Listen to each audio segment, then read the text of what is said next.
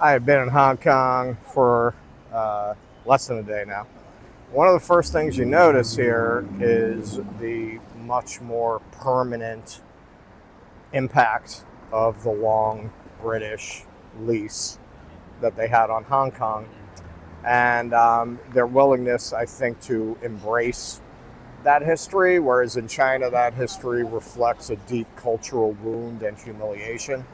Here you have train stations, as you can see behind me. I just came up from this. Prince Edward Station. There's an Admiralty Station. They have names like Causeway Bay, these very British kind of names. If you look behind me, Fuxing Pawn Shop. They do have things in English in China. Not quite as much as here. Very big vibe shift. Now, I am. The reason I'm here is I'm going to take a tour today. You probably heard of the Kowloon Walled City, where they had an entire area that was just acres and acres of. It was kind of like the old Five Points in New York City, where people were just living in these rabbit warrens, crime-ridden, unsanitary conditions. They tore that down, but those impoverished people had to go someplace. So you have people who literally rent cages to sleep in here. So I'm taking a tour today of that.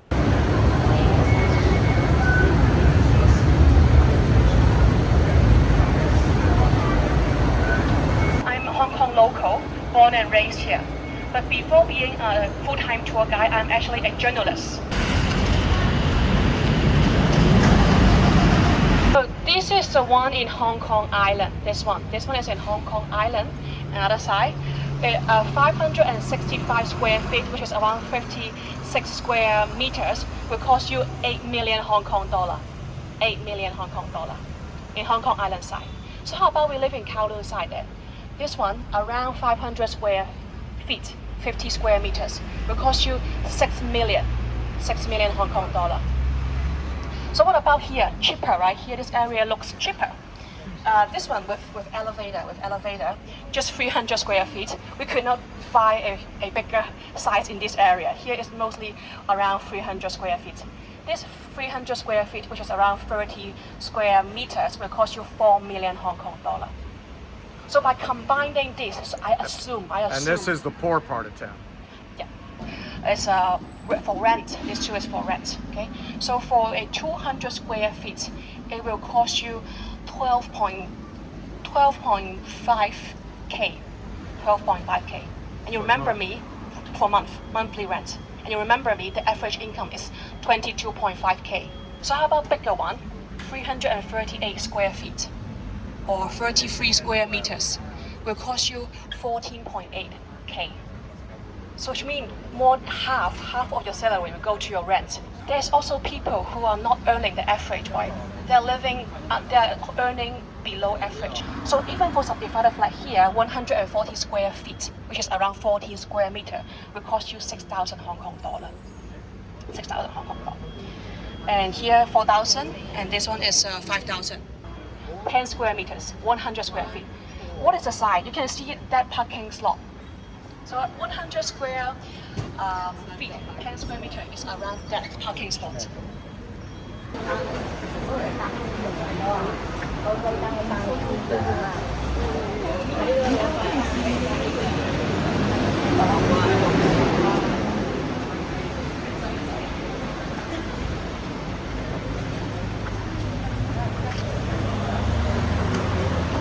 So if you feel you're stuffed up and you need some fresh air, you're always welcome to come down to this area, okay?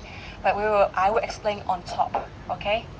So if you feel any uncomfortable, please do tell me, and then you can rest here, okay?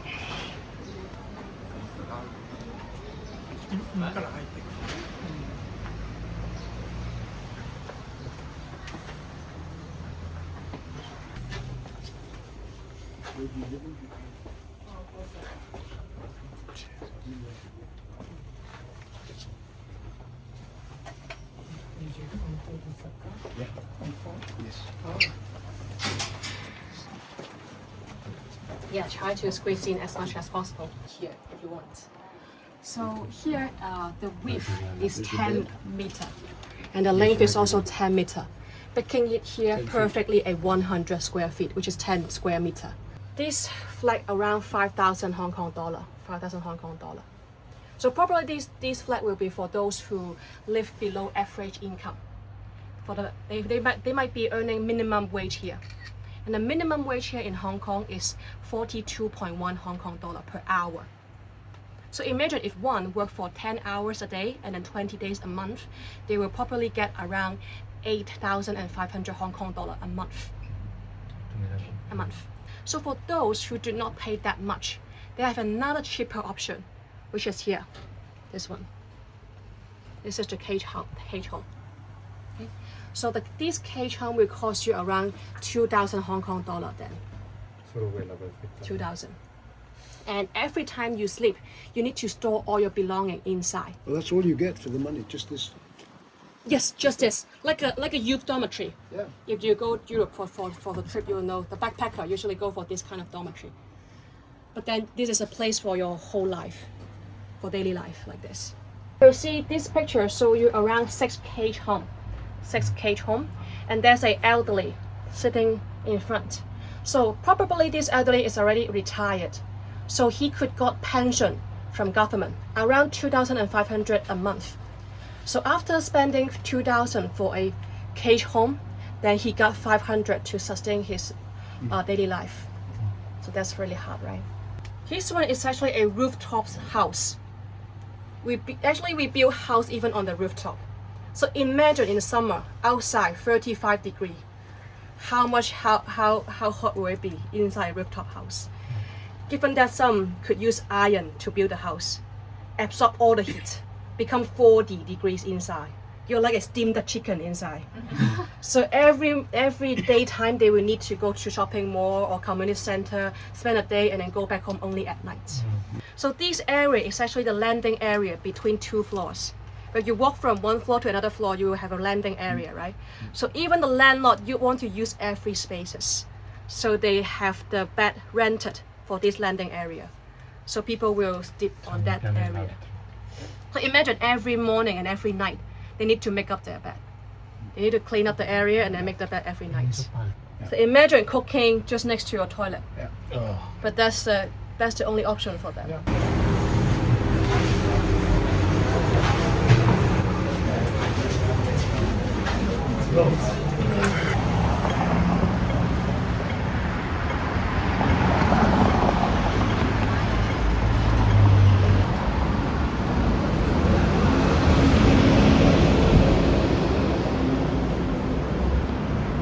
Take a look of the rooftop nights. Can you see what I mentioned about the rooftop house and also the rooftop slums? Okay, yeah, take a look of those rooftop area when you're walking along the street. Observe this building. We'll continue our way. They are all actually selling the cage home. Because cage home somehow they could not advertise on the property shop. So they stick this kind of paper on the bus station to sell that.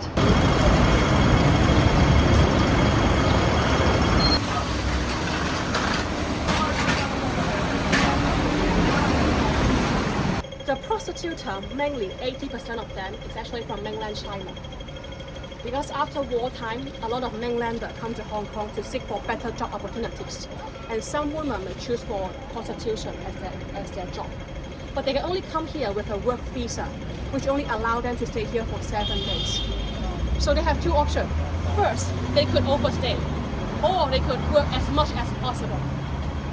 And for those who want to stay here for longer time, then they have another option, which is getting married here. So they have a deal with the drug user. Yes, so they get married, and then somehow the drug user could gain money from the prostitute. And then somehow they could even apply for public housing. But only the prostitute will actually stay indoor. The drug user will stay on the street, become homeless. But in return, they got money to buy themselves the drug.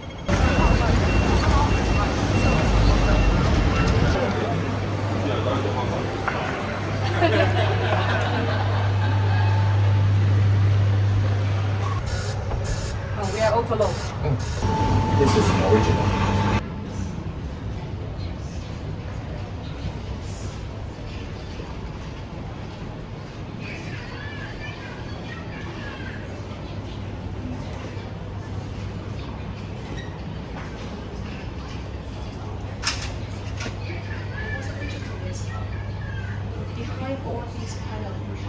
This is like a community center. Yes.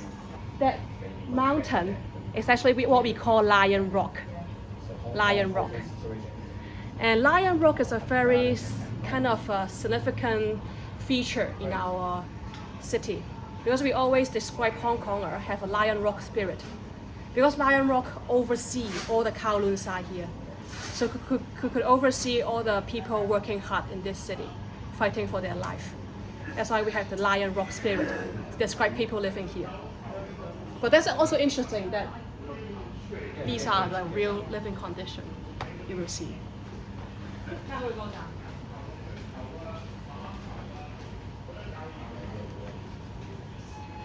So I just wrapped up that tour with my great tour guide, Lock. If you're ever in Hong Kong, definitely take her tour. She was very, very generous with her time and with her knowledge. Even spoke to me a little bit off the record afterwards. And it's off the record. I'm not going to talk about that. But while it's fresh, just to sum up, if I saw things like this in China, I would tell you. I promise you I would tell you. I didn't. I just didn't. I just did not see that in China. And I didn't have a handler. I didn't have a minder. I'm going back into China for 2 weeks, completely on my own. I walked around Shanghai on my own. And I'm the kind of person, like, I don't go with the prescribed path. I like to wander down alleys and see what's down there. Never saw anything like this. Something a little more ephemeral, a little more intangible. I was certainly in places in Southeast Asia where you had these kind of downscale areas and markets and rundown buildings. You got rundown buildings like this in Hanoi, actually. It doesn't have this energy, man. It's palpable. It's palpable. As soon as I got back into a capitalist country, that desperation, that sense of people who are just sad, enslaved, desperate, no prospects, just fighting like rats to get a little piece of cheese to get through another day. It just doesn't have that energy in China. It just doesn't. Yes, once I came here, I could watch Netflix and the internet opened up and my Apple News feed is active here. If that's not a great summation of the argument that you get in liberal Western democracy and for liberal Western democracy by its defenders, I don't know what is, man. I mean, that sums it up pretty well. Yeah, you have more freedom of speech here. You have more access. You have more of an open internet. Although I understand from my research, it's not as open as it used to be. But all those things opened up as soon as I got into Hong Kong. And what also appeared that I didn't find in China was crushing poverty. The alienation of capitalism, it is palpable. It is palpable. It is a palpable presence in this country that, honestly, I didn't even feel in Southeast Asia because, I mean, Vietnam's a communist country, but there's just more of a sense of community in general. There's just more of a sense of, you just don't have that ugly everyone against everyone and all against all vibe. It's a whole vibe, man. It's a whole vibe. It's a whole energy. It's a whole feeling that I just didn't experience there, man. There was a guy from China on the tour, and I actually overheard him saying, we used to have places like this in China 20 years ago. They took the money they made from trade and they put it into getting rid of this, getting rid of these slums and building decent housing for their people. I'm not saying there's no poor people in China. I'm not saying no one is overworked in China. I'm not saying that. I'm saying I don't think you have this kind of aimless poverty in China. I don't think you have this kind of capitalist alienation. I think that's part of what I'm trying to say. This is, I would venture to say, probably the most Western of the countries that I've been to, because Britain was here for 100 years, and on their lease, their 99-year lease, they were here until 1997. So it's the most Western style of these countries, and it feels Western style. Alienated, ugly, and desperate. That's how it feels. I am just telling you the sense that I have coming here. I have no particular bias one way or the other. I don't think you should ever be a cheering section or a fan club really for anything, because then you don't want to talk about its drawbacks. And there are drawbacks in China, and I'm mentioning them. Like, I don't like not having access to the full spectrum of information. I don't like being treated like someone has to decide for me what I am, and I'm not allowed to read or say. I don't like that. Overall, for the average person, quality of life seems better there. This seems Western. You know what that means? Outside the window of my hotel is the beautiful harbor, beautiful Hong Kong skyline. That's the Hong Kong they like to show you. And then you got this. And then you got this a few blocks away. That's very Western. That is very capitalist. Some people living very well, and a lot of people living in abject poverty and desperation. I did not see that in China. You got a lot of people want to talk about what's wrong with China. A lot of what they say is not true. I never see them talk about how capitalism produced this kind of poverty in Hong Kong. I never see them bring that up. But I'm gonna, and I'm glad I was able to show that to you. And once again, much thanks to my guide, Lock, because really she's the one who showed it to you. And the way I'll put this together, that's mostly going to be her explaining it to you, not me, because what do I know? One other point I'm going to make.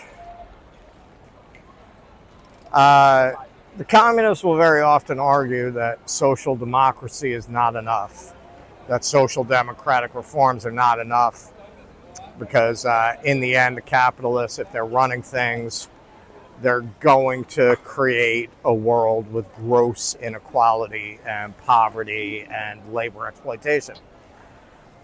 Hong Kong, again, is a great case study if you want to make that argument, because Lock was talking about all these social democratic policies they have, that the Bernie Sanders campaign, the people who supported it, were very much about those kinds of reforms, saying, all we want is what the Europeans have. Well, in Hong Kong, they pretty much have that. They have 15 years of school, so they have free university. Hong Kong University, she said, was the 9th ranked university in the world. And it's not free, but it's only $6,000 a year. She made the point Caltech is like $60,000 or something. I'll put in the text what it is. I don't quite remember. And almost entirely free healthcare, heavily subsidized. I think the number she gave on a hospital stay overnight was 300 Hong Kong dollars, which is about 36 American dollars. About $36 a night to stay in a hospital.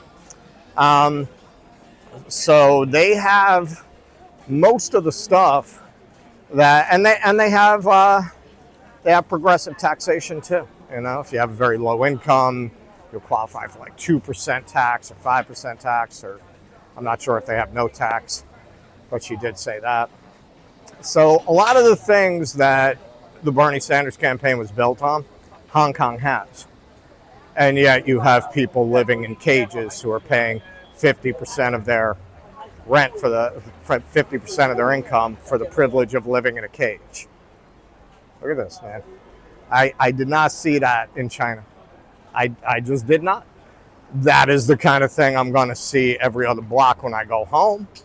It's the kind of thing you might see walking around a lot of cities in America. Don't see that in China. I didn't. That's a fact. If I do, I will show it to you. I promise. I promise you, if I see that in China, I'm going to show it to you. I just didn't. So Hong Kong is really, especially because you got this joint history with China, and then you got this split where they go in two different directions, two different political systems, two different economic systems. You couldn't have a better, like in the lab, you couldn't design a better experiment to see what the outcome of two different systems would be. And this does make a lot of the argument that even with the kind of social democratic reforms that the Sanders campaign was about, if you have a capitalist system, you're still going to wind up with extreme poverty and labor exploitation, because from what I can see, and from what my guide, who is a native of Hong Kong, described to me and the policy she laid out, Hong Kong is a living laboratory of what happens when you introduce social democratic policies regarding education and healthcare, but you leave the core tenets of capitalism intact. You get this area, and people, literally whole families, sharing a cage to live in. That is what capitalism produces, because it's an inherently inhumane system with anti-human assumptions. It just can't end any other way when you're starting from that core premise.